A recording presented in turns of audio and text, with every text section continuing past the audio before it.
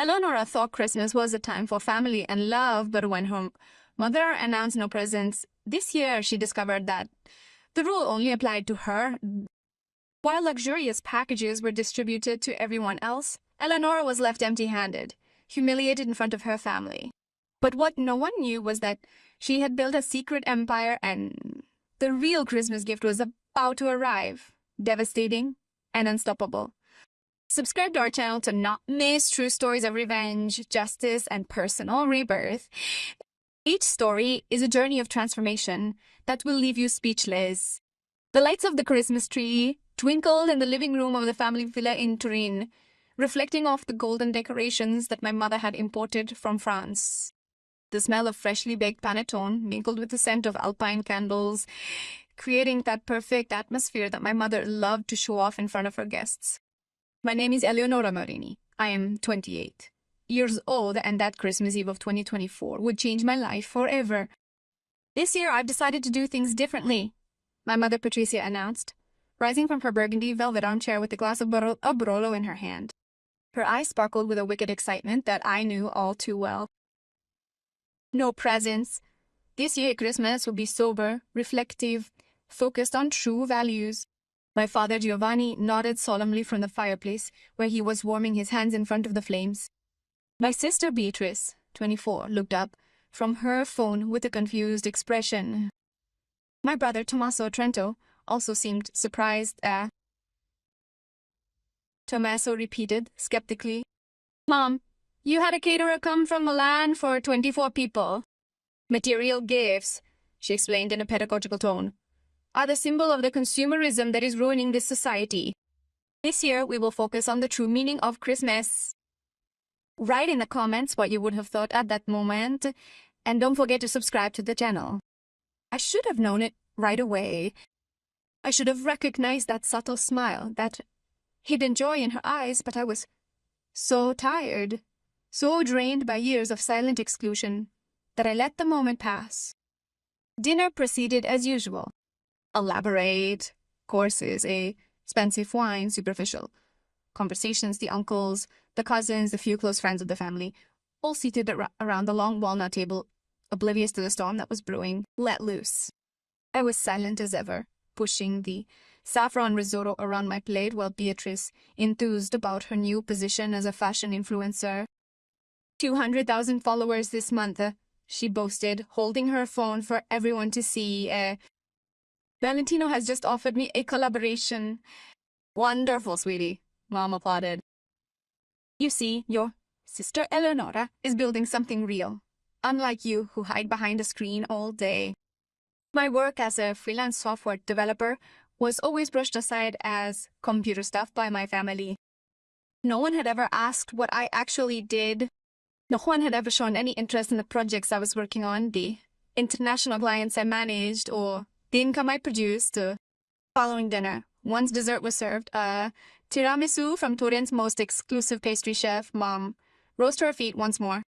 Before we uncork the sparkling wine, she stated with a clear, ringing voice, I'd like to make an announcement. The moment was finally here. You know I said no presents this year, she continued, walking slowly toward the giant tree in the corner of the living room. Well, I lied, but only a little bit. She laughed, and everyone laughed with her. I felt my stomach drop. I have prepared little gifts for the people I love, for the people who really contribute to this family. She bent under the tree and began to pull out packages elegantly wrapped in gold paper and silk ribbons. Tommaso, darling, this is for you. My brother opened his gift in front of everyone. A brand new Rolex Submariner. The guests applauded. He hugged her with emotion. Beatrice, my angel. Another package. Inside a cream Hermes Birkin bag. Leaping to her feet, my sister emitted a joyful squeal before embracing Mama. Giovanni, my love. For Dad, a set of personalized Titleist golf clubs that he had wanted for months. One by one, the gifts were distributed. The uncles received bottles of fine wine. The cousins received €1,000 gift certificates to luxury stores. Even family friends received fancy packages. I sat in my chair, hands on my knees, waiting. My name was never mentioned. When the last gift was distributed, Mom sat back down, beaming. There we go. Isn't it wonderful to share the joy of Christmas with those we love? The silence that followed was deafening. A few people looked at me with embarrassment. My cousin Sarah looked away. Beatrice smiled into her phone, already taking a picture of her new bag for Instagram. And me? The words were out of my mouth before I could stop them. Mom spun round towards me with a look on her face that seemed like surprise. You, honey? Yes, me, your daughter. Oh, Eleonora. Her tone was sugary, venomous. I thought it was clear. Gifts are for those who contribute to this family, for those who bring value, for those who make us proud. You? I paused dramatically. You're still trying to find your place in the world, aren't you? It would be foolish to waste resources on someone who doesn't know what to do with their life yet.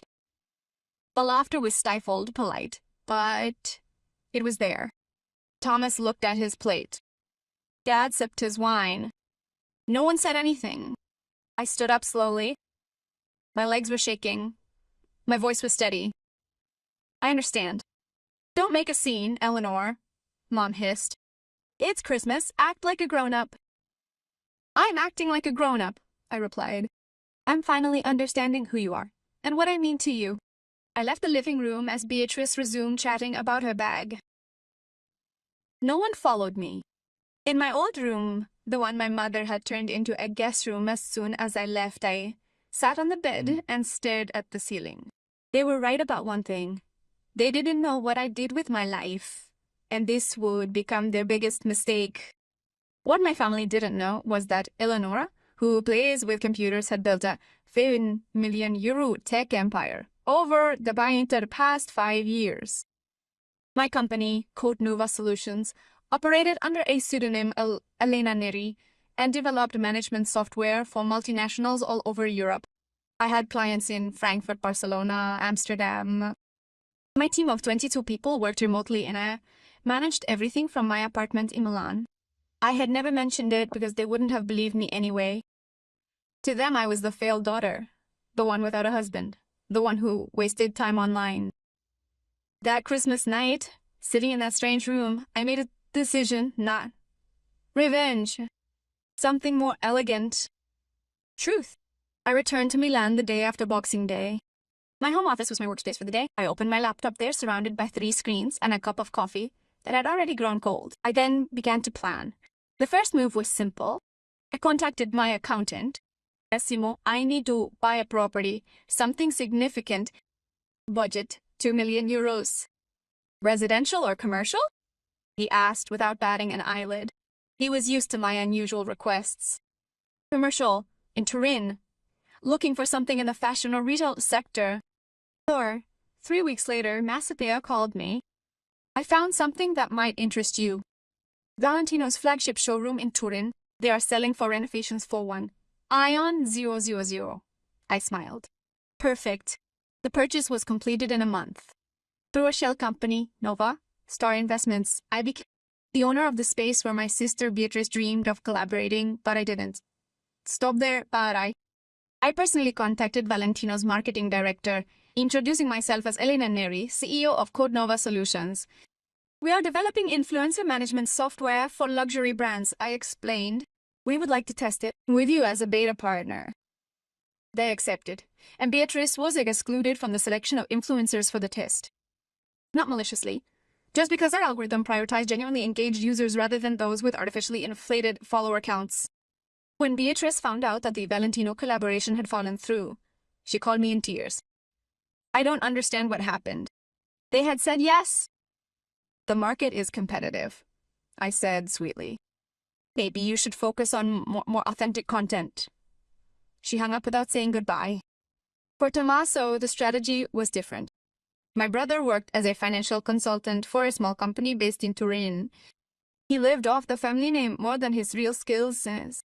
Through a friend of mine who worked at an hedge fund in London, I sent her boss some random questions about Tommaso's actual qualifications. When they discovered that he had exaggerated his resume, never completed a degree, non-existent certifications, he was kindly invited to look for opportunities elsewhere. Mom called me furious. What have you done to your brother? Nothing. I don't even work in his sector. I don't believe you. From that Christmas when you returned, everything's been rolls. Maybe I said calmly, it's just karma. But the final blow was yet to come. In March, my company launched a new product, a revolutionary management software for small and medium-sized enterprises. The launch took place in Milan, at an exclusive event with 300 guests, trade press, investors, and I, Elio Marineni, not Elena Neri, appeared on stage as founder and CEO. The photos ended up in the business newspapers.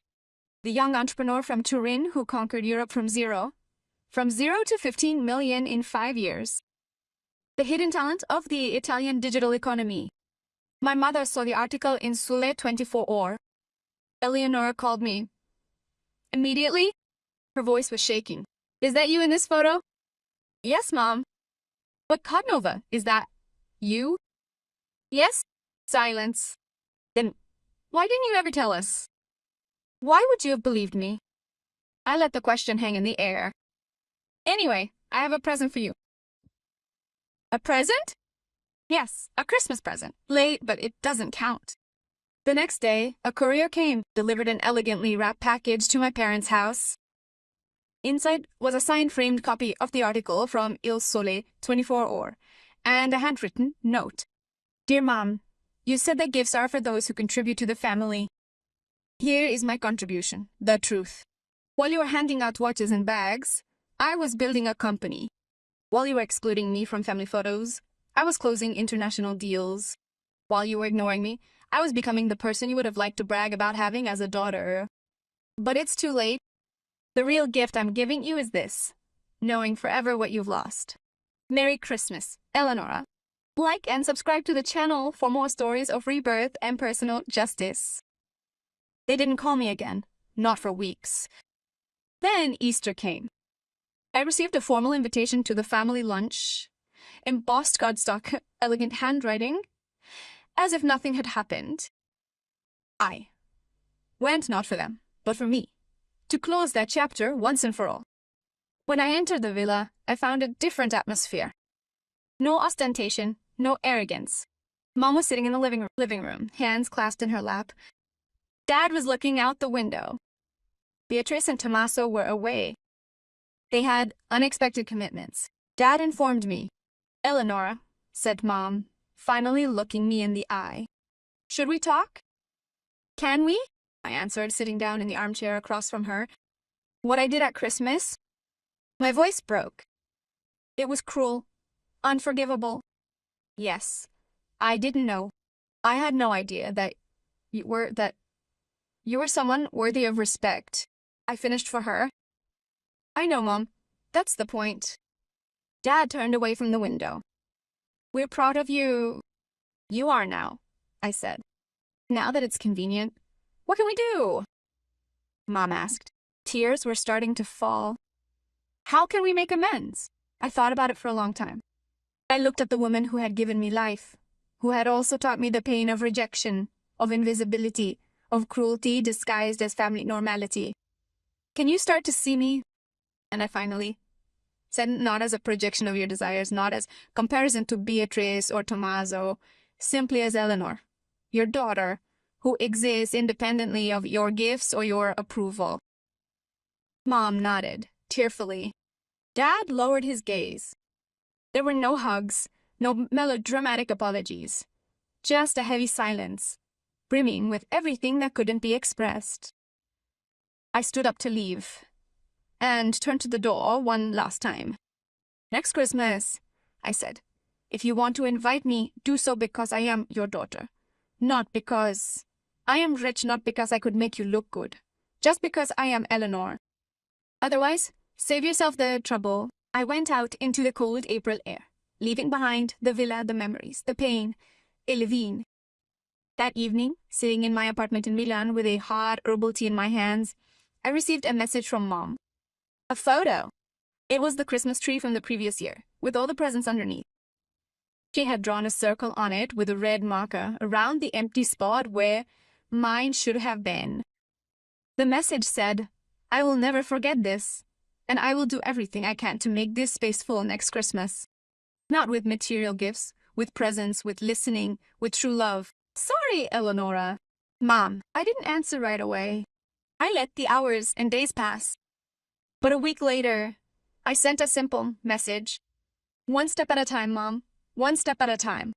A family is not repaired with a gesture, with an excuse. It is rebuilt day after day, with honesty, with humility, with the courage to look at its wounds and say, yes, I caused them, and yes, I want to heal them. I don't know if we will succeed.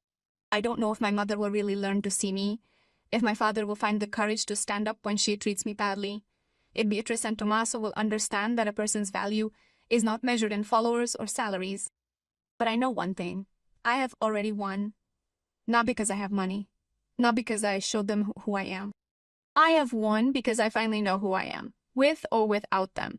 And no Christmas present could have ever given me that. The end. Subscribe to our channel for true stories of revenge, rebirth, and family justice. Every week, new stories that will make you reflect on the true meaning of family.